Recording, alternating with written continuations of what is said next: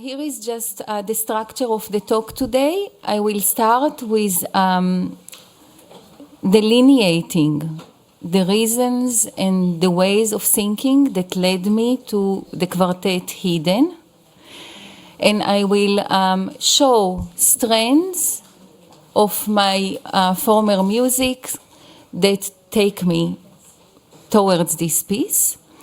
And then we will break for about 10 minutes. That will take about an hour and a half, I hope. And then we will hear the whole piece Hidden, from the beginning to the end, the whole 45 minutes. We have here a good way to hear it. It's not ideal. The recording is very rough, but you can get a feeling of the experience. I didn't want to just give you snippets of it, even though you will hear in my talk before snippets, because I wanted you to have the whole experience. And then we will have an extended session of questions and answer, actually conversations, not only questions and answer, but also your ideas or whatever you would like to propose about the piece. That would be the most interesting, I assure you. And that would be at the end of the session. So it will be about half an hour to 40 minutes. So very substantial. All right.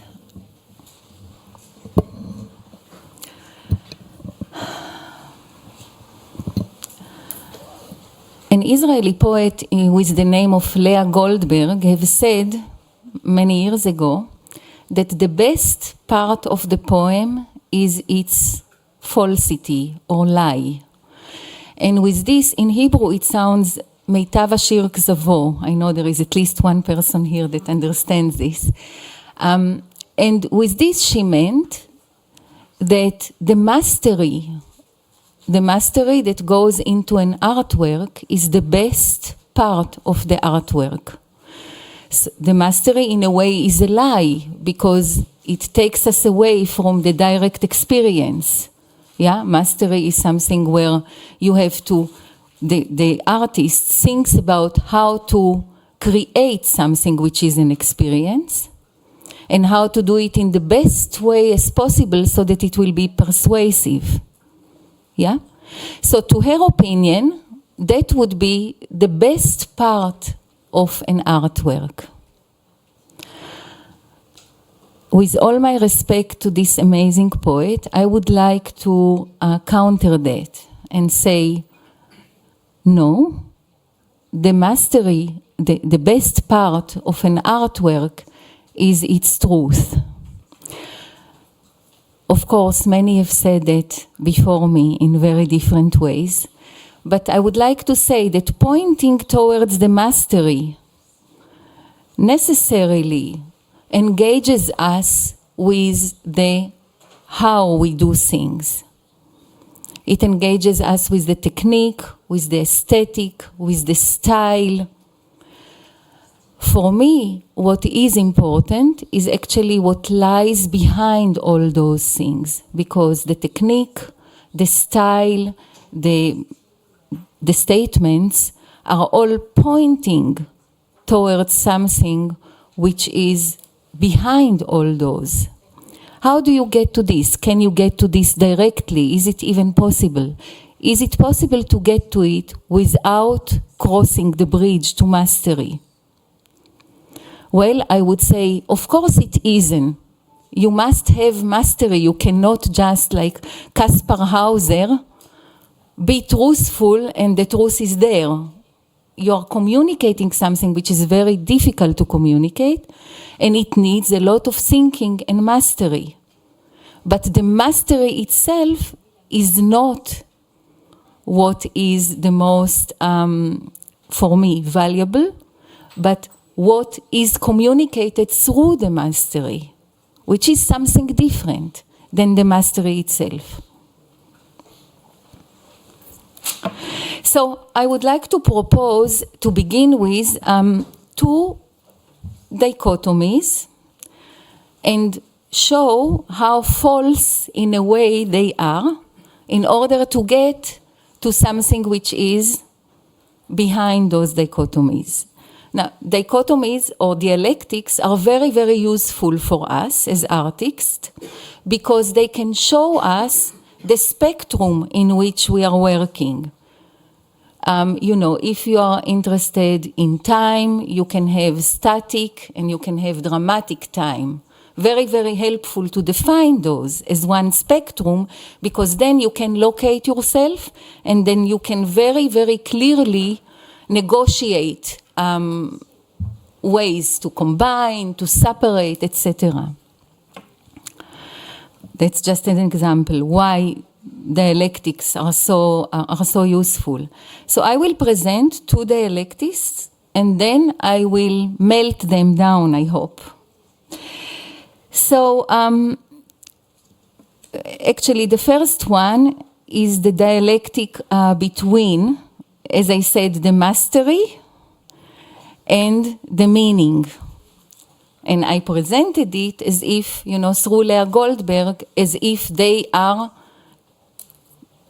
kind of oppositions for each other, which is very, very easy for us to understand. Yes, the mastery, the truth, how they contradict or affirm each other. So when I'm listening to music, I do not like to listen to what is defined as music. Every music that you hear is a kind of a art form that communicates in a certain way.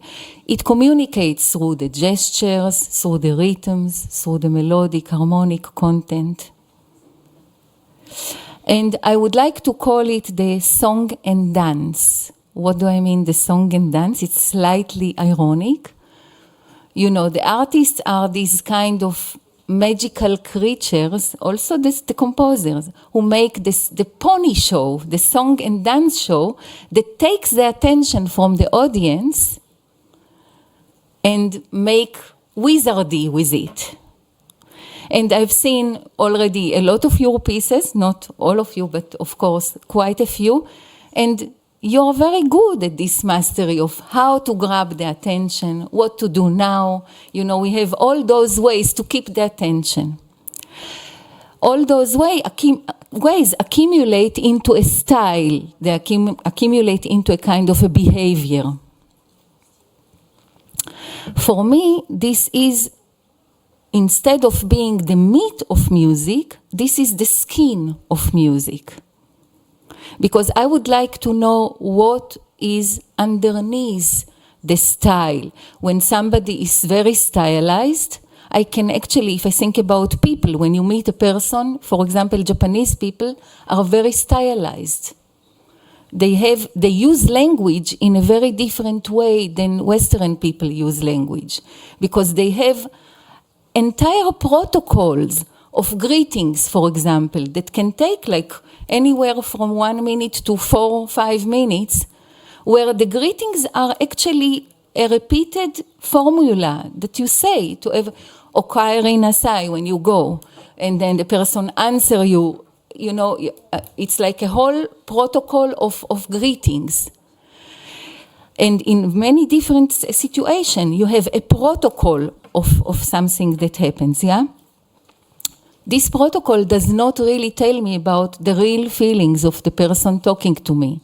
It just shows the ability to connect, yeah? Or to follow. So the style, the behavior, all those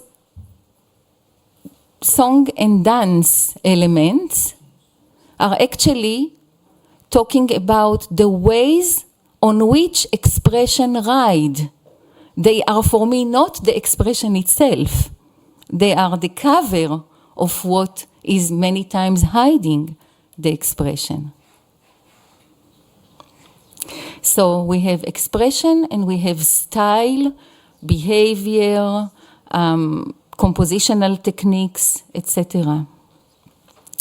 However, when you begin to think about focusing on what actually is hidden behind, what you really want to say, which is not in your style, in your technique, but the thing which is internal to this, and that's not easy to figure out because it doesn't come so easily. It's not about how do I stop time, or how do I make something really dramatic and appealing, or it's not about how do I make something which is totally static.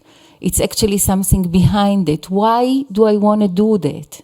When I think about the why, maybe I start to realize that actually I'm not interested, for example, in the case of time, I'm not interested in the normal ways things are going. I'm interested in shifting something, putting something at risk, a continuity, and see what happened when it's tenuous.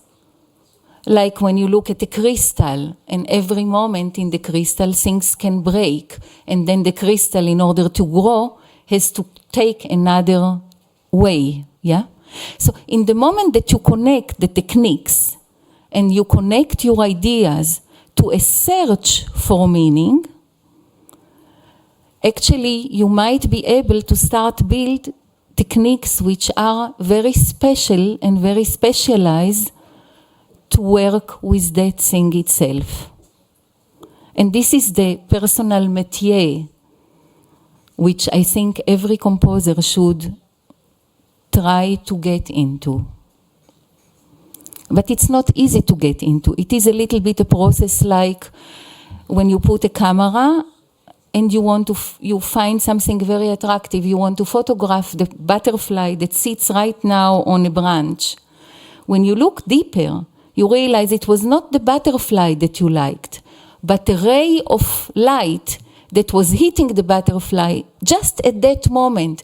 When you tune the camera even more to the ray of light, you understand it was not the ray of light, but it was half covered by another leaf, etc., etc., until you begin to realize that what you are after is that very small moment where something is presented, but it's very much at risk, for example.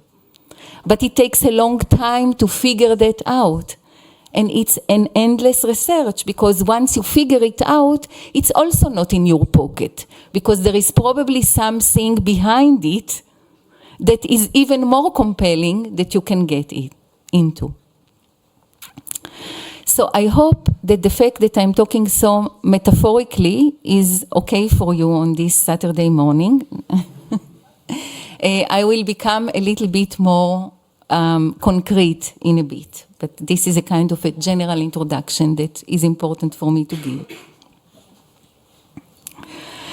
So what I'm saying here also is that when we think about the relationship between the micro and the micro and macro structures, we usually think in a very clear way. Okay, I will have this big architecture, I can define it before the piece, and inside I will have the small things, the small furniture inside the house that I can move, I can change, or I can have joints, of repeated material, A, B, A1, B, C, A, yeah?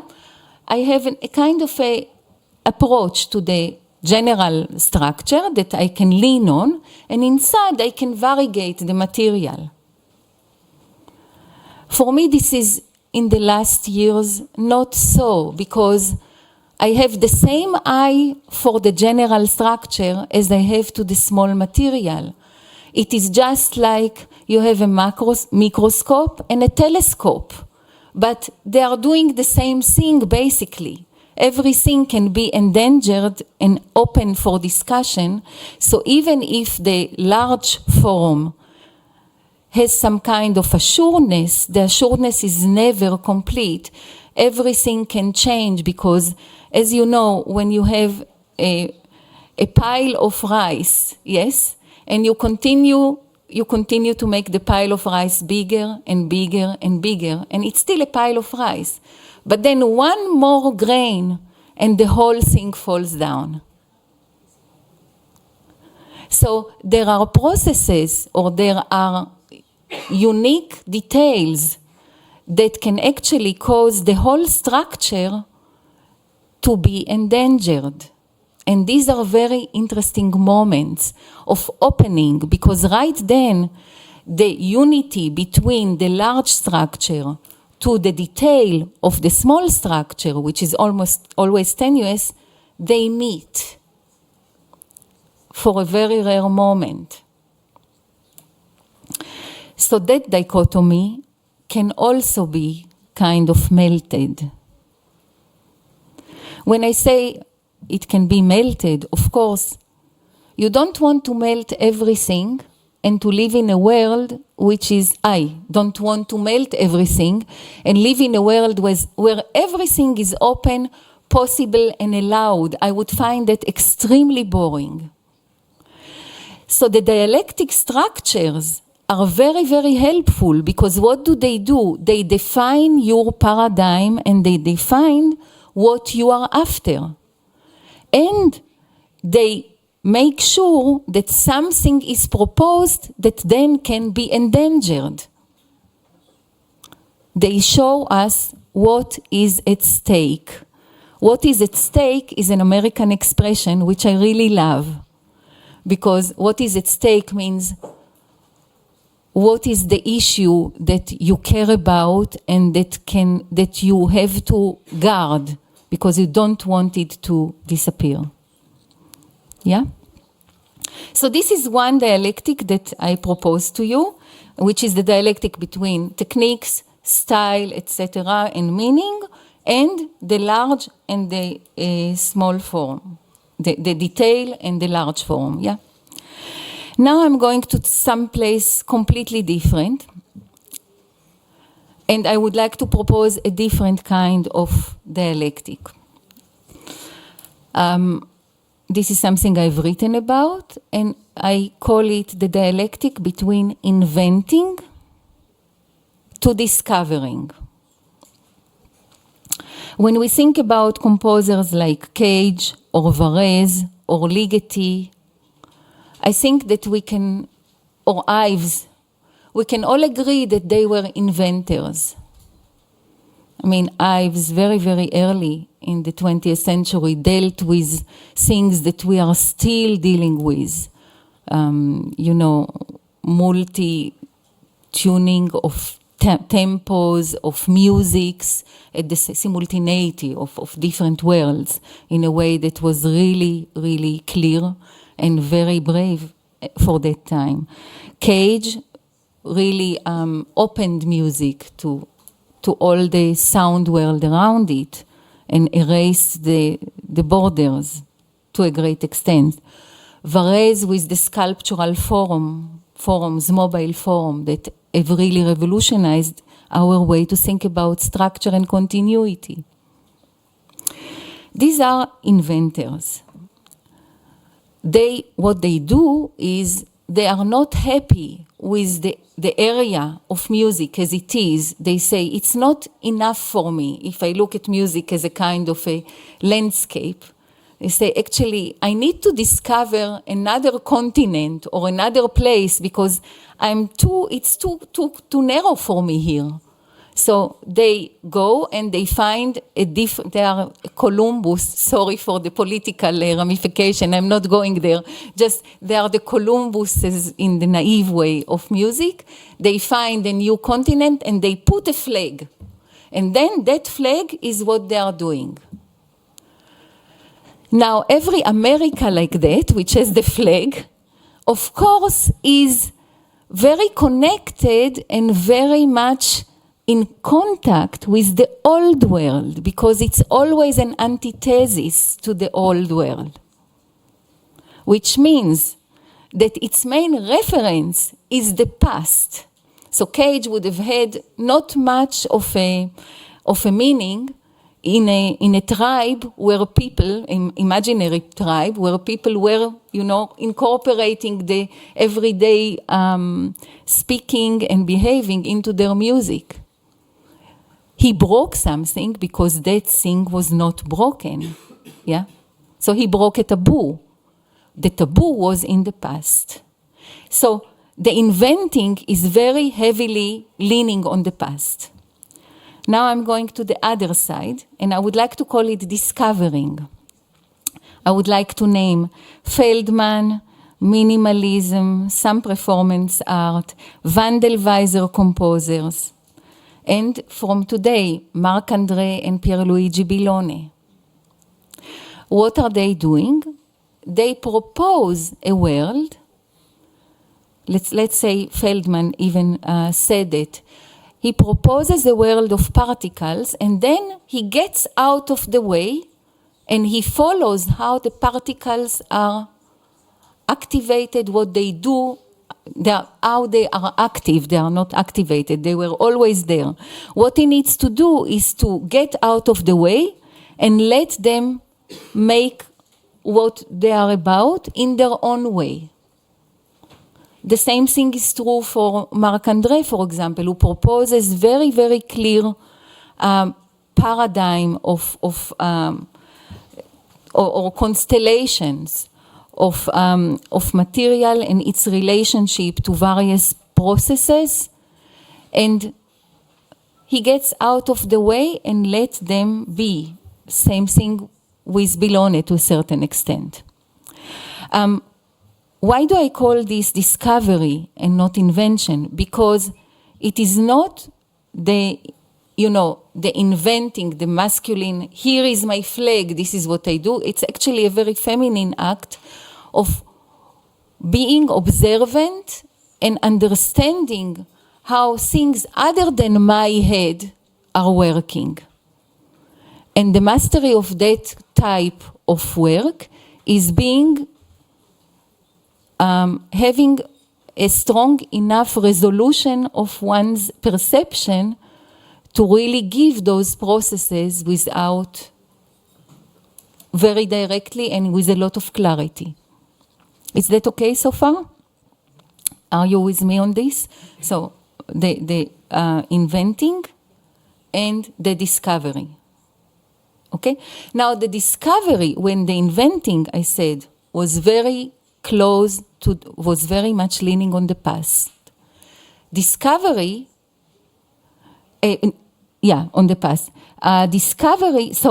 Inventing was very much leaning on the future because it left the past going to the future, but it's contrasting with the past. The discovery is very much leaning on a past perception because they are not inventing something which will happen. They are looking at something which is already there and has been there, and they are following it. So in terms of the way they work, it's kind of a past. And I'm now asking, so where is the present?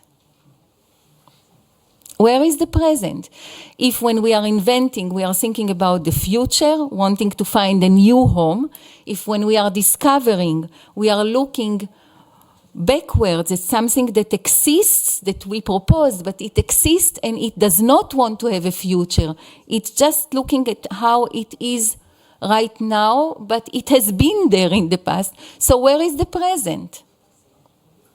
Again, the present is located in the meeting of invention and discovery, where you can use both of them in a way at the same time, which is very close to what I said about the large structure and the local structure.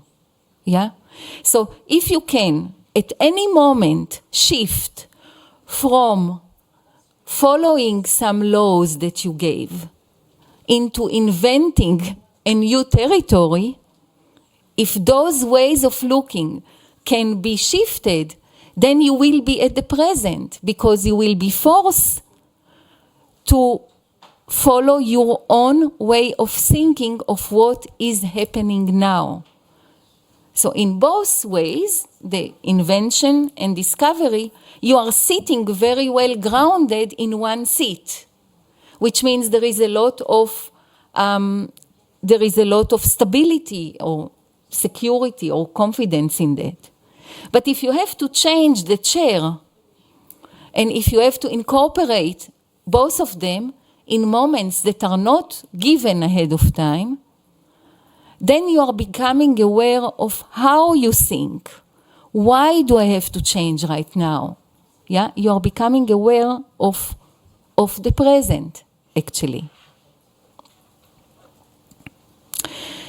So I want to suggest those two melted dichotomies or dialectics as a background to why I work the way I do. And now I will move towards something much more concrete. And I will give you a few pathways towards hidden. Before I do that, just one more thing. That way that I'm indicating, the way of always looking for on métier and on process and on direction. Of course, I'm not naive to think that on is only one's, that anybody can invent something new. That's what I'm actually talking about, living within everything that exists and finding your own small path within it. Now, that path is very, very tenuous. And think about this. Think about a moment in a piece where something is discovered. Let's say this something can be the end of a phrase where the gesture did not just decrescendo, but in the decrescendo something happened that was meaningful. So it didn't just die down, but in the end of the decrescendo we had the change of the melodic line that was proposing that something is not finished. So we had the decrescendo and we had the change, and they created something very, very tentative, ethereal, but also full of promise. If in the next moment we will have that is dead. That is dead, we forgot about it, it's erased. Why am I saying it? Because the things that I'm talking about, the moments of convergence of those very dangerous things that can seem to us when we compose so huge, they can be so easily erased by style, by components of the normal behavior, that nothing is left from them. That's why they need special protection.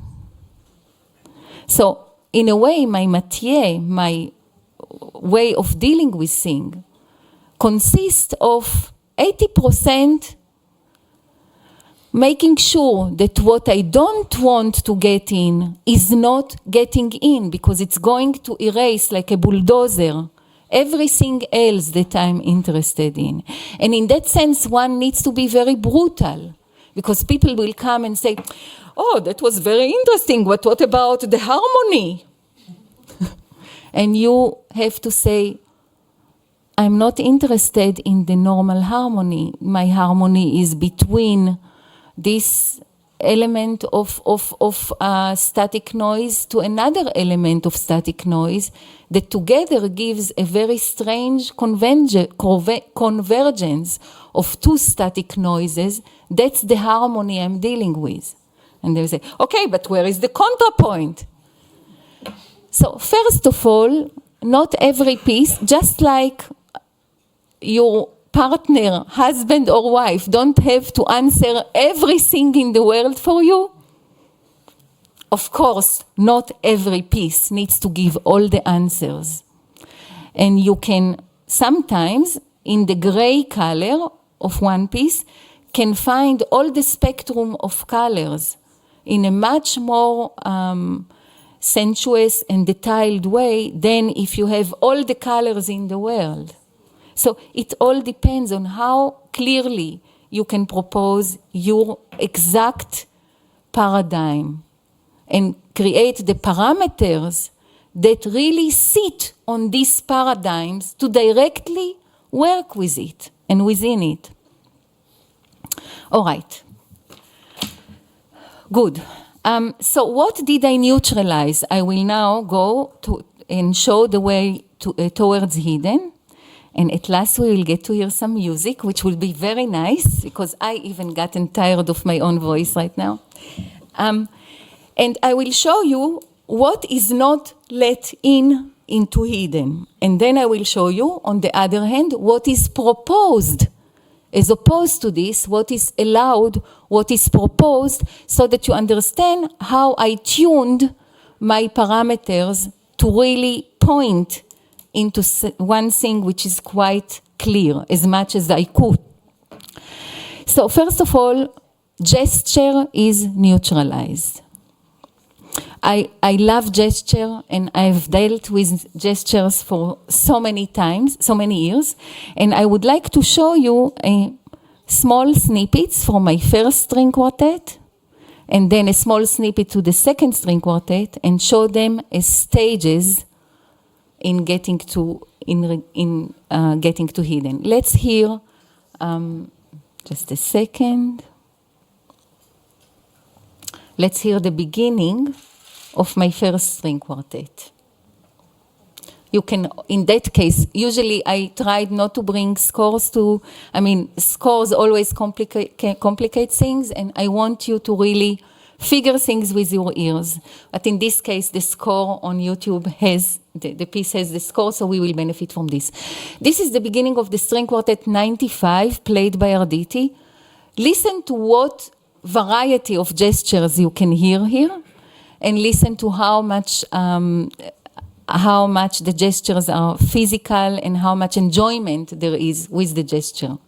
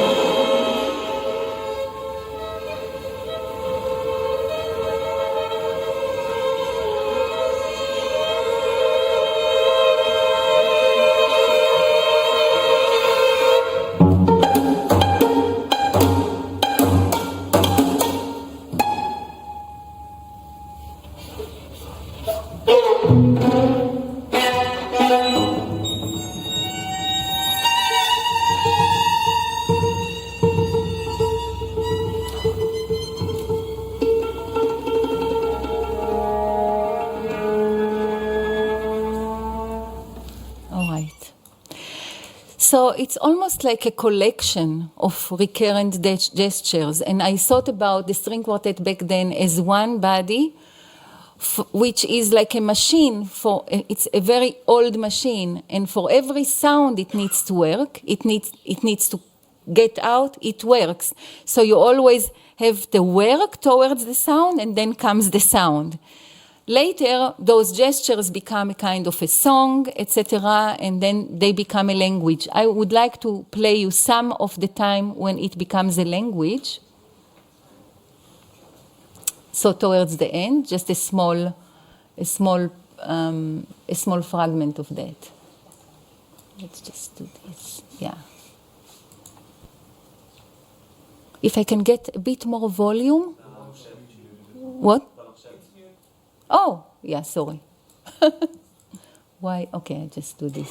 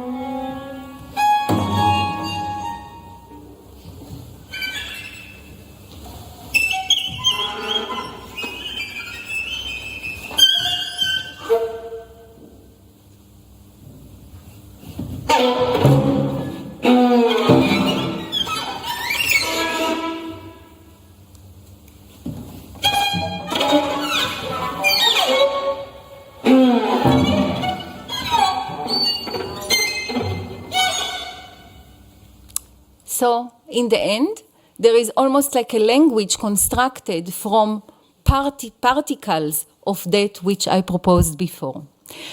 We are moving now, many, many years later. This was 95, we are moving to 2008. And I would like to play a part of a double string quartet, which is called Anea Crystal, which is also about talking and about language. But you will hear that by the time of 2008, instead of many different words or many different gestures, we have actually just one gesture, which is a glissando. And you will hear how this gesture by itself opens a very different space than when we talked about, when the string quartet is, so to say, talking about language in this very variegated way. Okay. Where is that? Yeah. Let me see. This piece is played by Diotima, and it's actually a piece. Let me find the place, and I will explain later. All right. 4:15. Okay, let's just start here. Let's listen to this.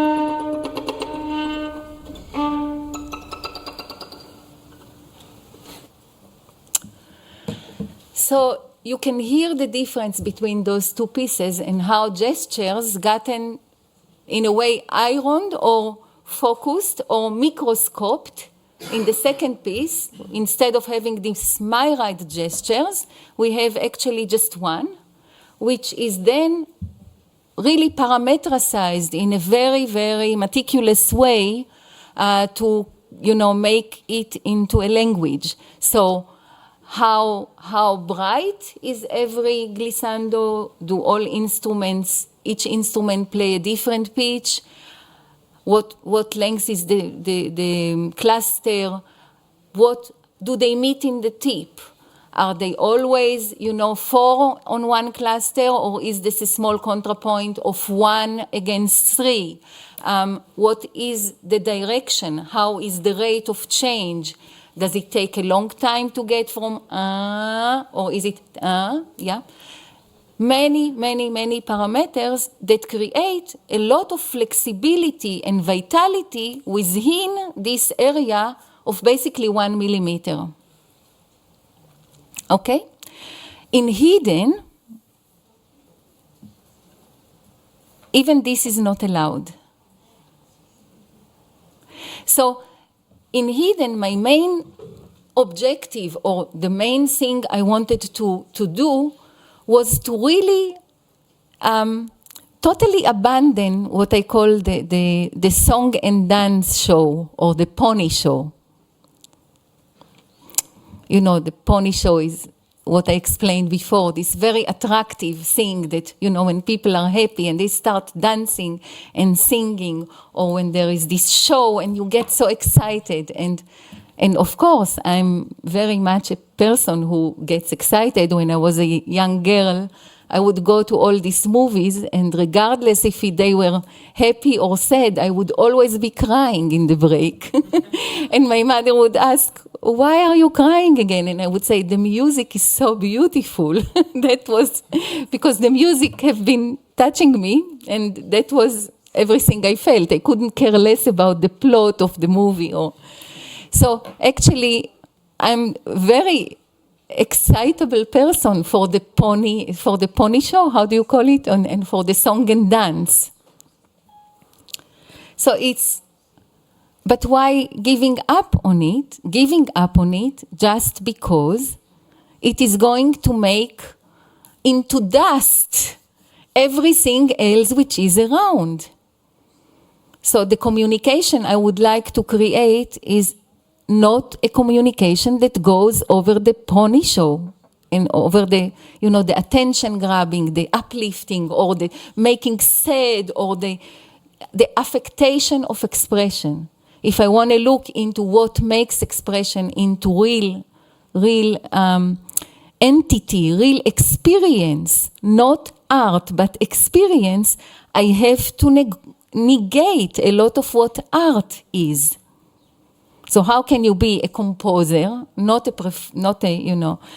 performance art, or not anything inventive like that, within the art of composition? How can you do that and negate, the technique or the style? Well, I've been trying, because it's necessary if you want to find a way which is underneath that. All those things that I talked about, the style, etc. All right, so the second thing that I'm negating, beside the gesture, is... so actually I was right on the mark. I was afraid, I wondered. How do you negate the song and dance show? So I would like to play you now the 3 stages of this. I will start with a piece which is actually quite recent, and it's called At the Fringe of Our Gaze. It's a big, large orchestra piece I wrote last year for Daniel Barenboim and the Divan Orchestra. And the Divan Orchestra are a collection of amazing Middle Eastern musicians who have played with Barenboim for many, many years, Beethoven symphonies. But I think that he made a very strange choice when he gave me the first commission, together with Saed Haddad, we both got the first commissions that they've ever given. And, while they were doing everything and they were so open and so willing, we got to a place in the rehearsal where they said, can you tell us why do we do everything? What do we need to feel? Because they did not know how to relate to this material. And once I spoke with them, suddenly they really understood it. But I constructed the piece in a way that was meant to get them into my world. So I started from the dance and song show. I started with material which is almost Mahlerian, Wagnerian. You will hear it. It's very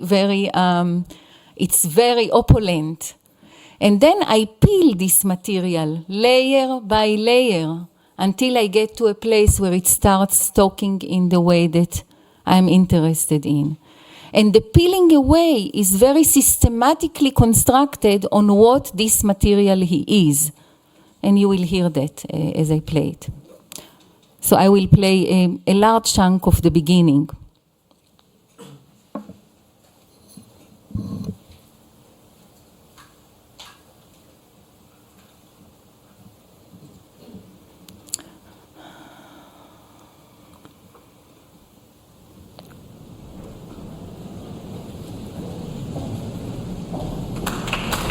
Sorry, Daniel Barenboim, so we will hear the clapping.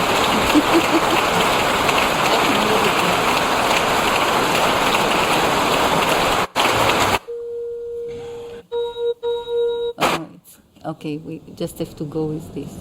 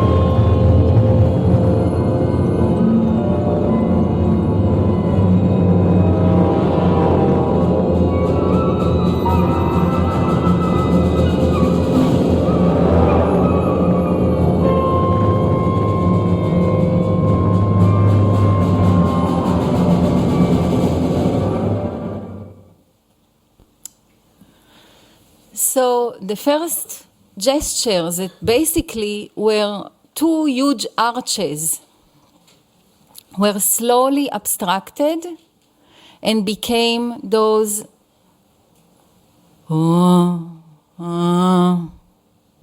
very slowly. But one very important stage in the transformation was bringing into the stage a bucket with stones that the percussionist, you heard it, it's very, very violent when there is a bucket and the stones are rolling. So you hear this brrrr.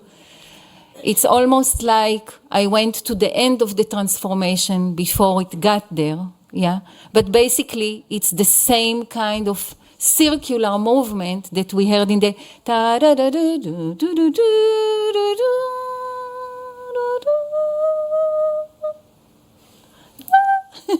etc. And then another phrase like that, which are really prepositions of something round that will go down, yeah? And then this something round that goes down is presented again and again and again in various states and reduced then into this cyclical movement. So that's how the song and dance of the beginning, which was so stylized and so pretty, has been reduced to a very primal or very, was just an object, almost a documentary object of something rolling. But the fact that we heard it in the beginning and that we knew that it comes from there gives us a lot of involvement with this. The taking away of the song and dance is not, let's say, it's not just lifting a layer easily. It's peeling the skin from the flesh, which is a little bit painful. Yeah? So something is at stake. So those moments where we get to the real content of something should be very precious, or they should be something which is not to be taken for granted, because they inside them contain everything that was before where we came from. Let's say that if I took the picture of the butterfly with the ray of light, with the cloud covering half of it, this picture in the end should contain also the view of the very naive butterfly that was there in the beginning. Because that is what shows the way towards it. Yeah? That is how it was always there with my work, that I always had traces of the song and dance show. In Hidden, I tried to ignore those and to actually start from the place when we are actually inside that world. And what is at stake and what is endangered come from inside that world. I will show soon how. So I've showed you how gesture was naturalized, how the song and dance, just a small example, was naturalized. I will actually maybe show one, no, I don't have time. As we started 15 minutes, I will show another example of how the song and dance is naturalized in a different piece. I will bring an example from Love Song, which is going to be played in a few days. And this is though the piece was written for Ensemble Recherche, and they played it really beautifully. So let me just get to a place in the piece. Okay. Now, in that place in the piece, which I hope I can find easily, there is a lot of drama, but actually the drama is very strangely dislocated. You will hear that the flute is kind of playing a melody and the strings are on col legno battute. I love the col legno battute because it can suggest a line, but basically it's points. And you connect the points in your mind, yeah? So basically we have the col legno battute, we have the melody of the flute, which is basically almost mostly air. And then we have very strong dramatic moments of very extremely brutal interruptions in that line that goes up. So this, of course, is exactly the dance and song, you know, that drama of something very, very, very fragile going on and interrupted by very brutal outburst. But if you hear it, it is almost like somebody took an opera and put it in a small can, just pressed it. So that the pressing is in the fact that all the things that indicate the continuity are just hints of continuity. And the outbursts are very fast and very reduced in time. And you will hear the strange dimensionality, like those buildings, you know, that I think the name of the architect, the last one that I saw was Paul Stressman. Somebody correct me if that's not... Paul Eisenman, who makes buildings that sometimes look like they are going to fall from the air any moment. Something is really... I think that you can feel that in this architecture that I'm proposing in that in Love Song.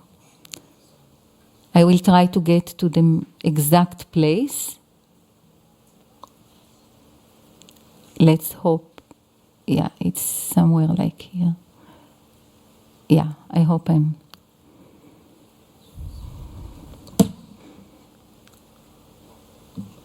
Okay.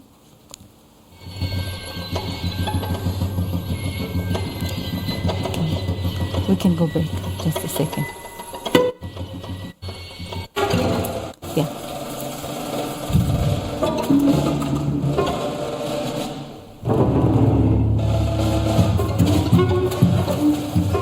We are getting to that part I'm talking about. Here we go.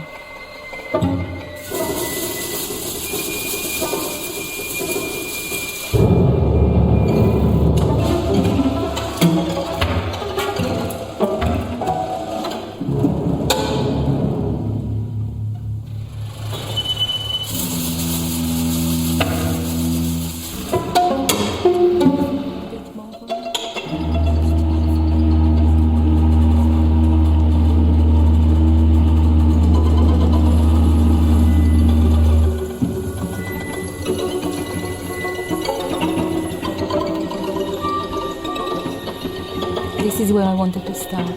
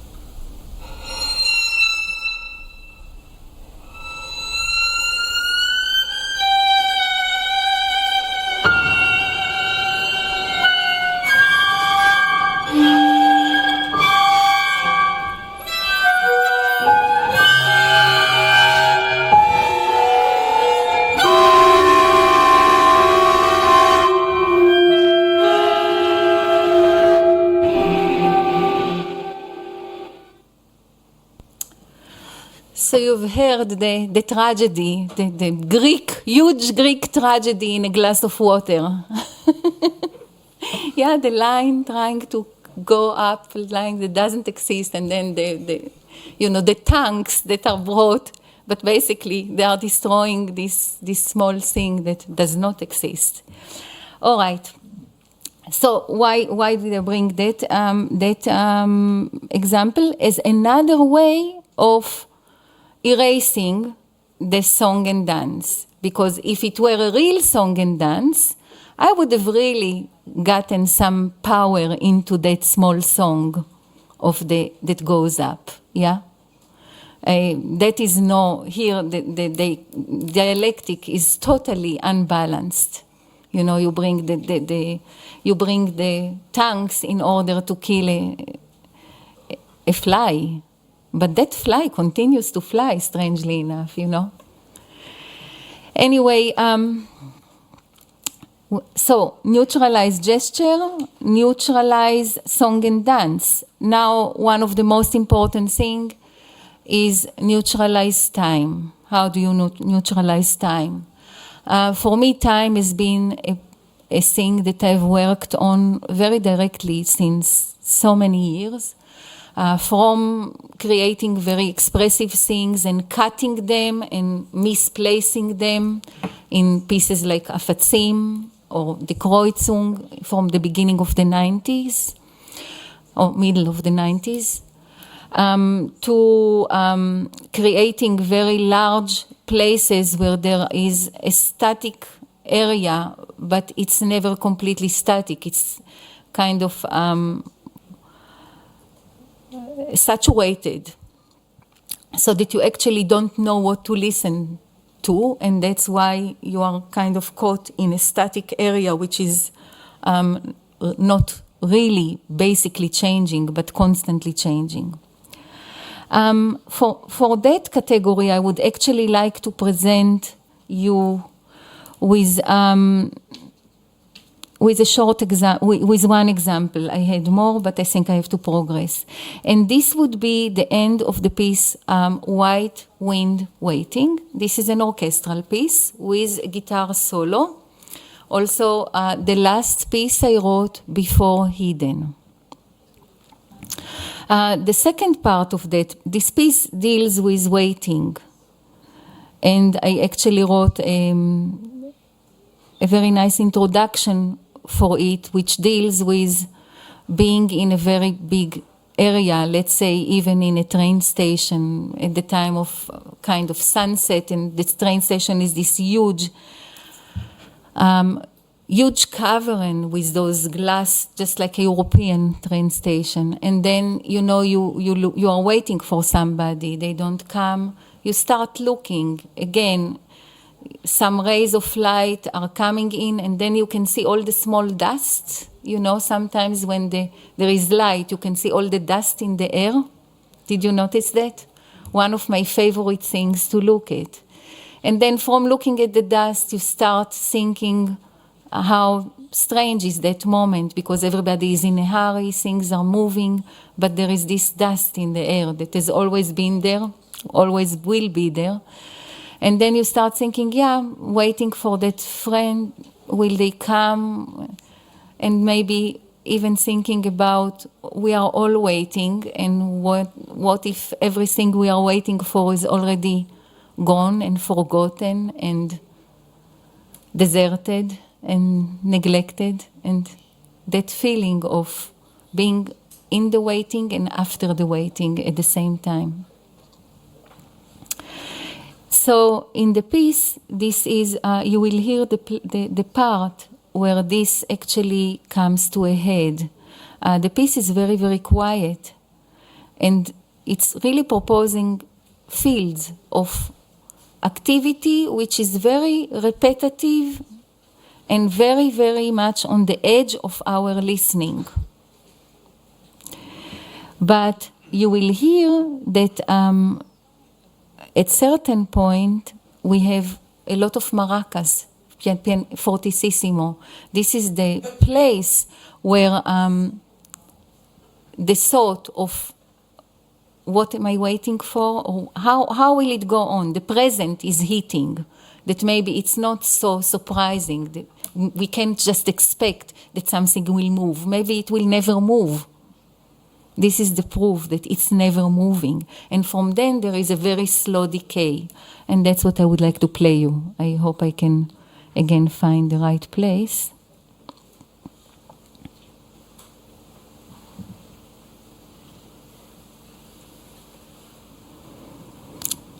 And that would be, I think, the last stage before we will get very shortly to Hidden. Okay. And I'm going to go to 10. Okay.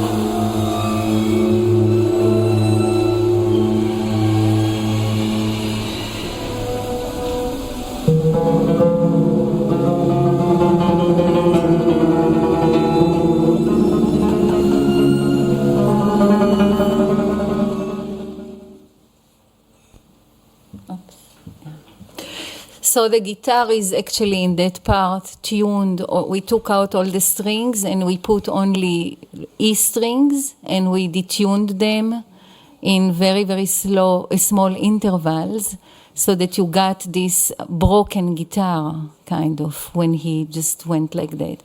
And I wrote exactly which way Izraskiado should go so that I had control on what kind of brokenness we could get. So after this big maracas solo, you could see that the whole thing has been a huge decay, and every element of it has some parameters that point to it being a decay texture or figure or whatever it is. And in that decay, in the end, there is a kind of a song that emerges. So that is a very interesting moment, that the decay is not just a decay, but it's the ground on which many things are they are infesting that decay. Just like when a fruit gets rotten, there is a lot of life in it. All those ants, flies come. And as the rottenness becomes more and more intense, there is actually more and more form of life growing on that rotten thing. Yeah. That is the philosophy of this piece, and that's his way also to stop time. Because when something decays, we throw it to the trash. That's how we act. We do not let it decay for 2 years on our window. I mean, even I wouldn't do that. So that when we tune our eyes to look at the decay and to actually let it go beyond its death, so to say, to its afterlife musically, we are actually halting time to a certain extent. And now, for the next 10 minutes or so, I will not play you examples of hidden, but I will just mention what I propose. I told you what I neutralize, what is not able to get into hidden. I'm now just going to talk a few more minutes about what is proposed, and then we will take a break. By the way, White Wind Waiting was played by Southwest Rundfunk Orchestra with François Xavier Roth and Stefan Schmidt. And all the scores of the pieces that I played today, or most of them, are on the web. So if you go to my website and you press on a name of a piece under my works, it will take you to short website where you will see score, if the score is on the web, and you click on that and you can see the score. If you click on PDF, you can see it in a very, very convenient format. Okay, to the last part of my talk today, which I will try to make very short. So instead of the gesture, we saw how the gesture went from the first string quartet to the second string quartet and became very minimal and kind of uniformed to a certain extent. In hidden, I propose not a gesture, but a kind of I don't have a name for it. The way that I imagined it was that each of the players is a finger in a hand. This is a hand of a blind person. And the blind person is basically just trying to feel a surface which is very full of things, so not a smooth surface. So it's a hand that moves dun, dun, dun, dun, dun, dun, dun. And every time the 4 fingers are closer, in a way like in Anea, but in Anea it was so elegant how rhythmically this was structured like a language, etc. Here there is basically no rhythm. They are just going and trying to feel the surface. They change directions. So it's by far less engaging. But on the other hand, maybe it is more engaging because you feel that it is blind and that it is not, the hand doesn't see where exactly it's going. It can change at any moment. Yeah? But it will not change into breaking into a song or anything like that. So the borderline of what it can do are given, and within it, everything can happen. All right. Now, I propose also that the extremities are exposed. The extremities of what? Of a lot of things. For example, we saw here the long decay at one white wind waiting, the very long decay of this decrescendo. In hidden, there are places where there is a chord and then there is a kind of an echo of a chord, and we are waiting throughout this echo for this echo to disappear. And after it disappeared and after it died, when we think it's over, we continue to still hear something. So that, for example, in the end of a big chord that takes very long time to disappear, we glued onto it a fragment of a strange silence. We looked for a very important speech of a president. We found a speech by JFK and the inauguration of Obama. And we cut the part where there was a small silence in the audience. Now, this silence is very excited because there are thousands of people, it's outside, and it's a very important occasion. We took those silences and we put it at the end of the disappearance of the chord, so that when the chord is totally dead, and you think that what you hear is silence, what you hear is actually very alive silence that catches your ear in its small hairs, maybe. Just to hear some hint of activity that we do not understand. So this is one type of extremities. Another type of extremity is the highest possible pitch to the lowest possible pitch. And in the recording, it doesn't come as powerfully. The hall was shaking.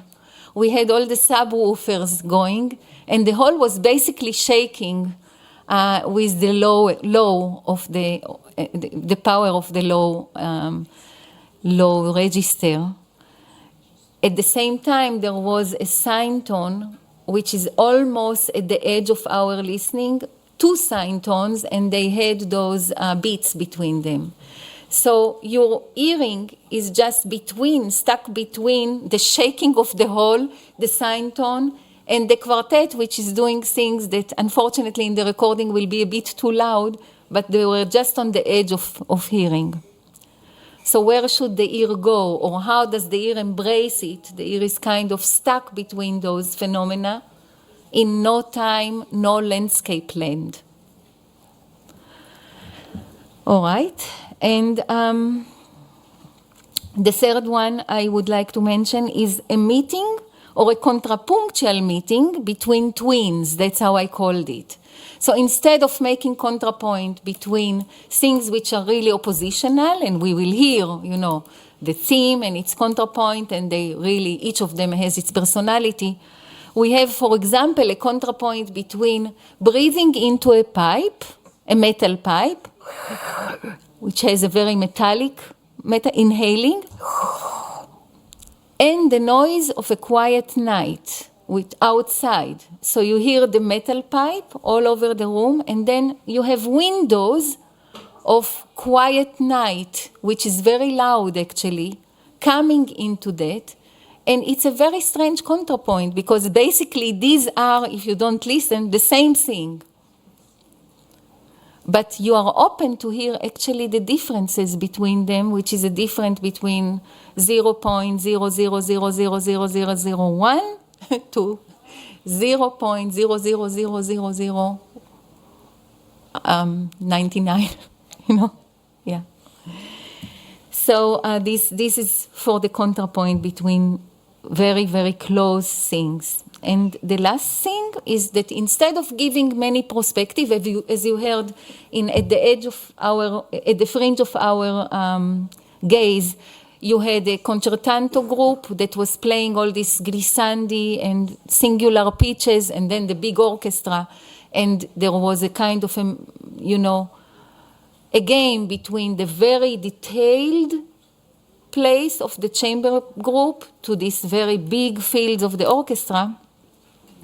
Here, everything exists always, so there is in the beginning a huge landscape which opens, and it's activated all around. There are so many thousands of points in this landscape, and in every place and every point, something can happen at any moment. So it's a kind of a fluid focus, because you do not know where to focus your gaze. Something happening here, here, here. It's like being in a huge baseball game, if you were able to have a baseball game where you had simultaneously 10 groups playing in those fields, yeah, that are superimposed. So all those are things that are not neutralized, are not taken away, but are proposed in order, because you always have to propose. You cannot only negate. Those are the things that I propose in order to create the parameter of the piece. And now we will take about 10 to 15 minutes break, and then we will hear the piece from the beginning to the end, 45 minutes. And then we'll have a very great discussion where you are allowed to talk and not me. I mean, I will respond, but you will do the main talking. Okay. Let's go back here around 5 to 12.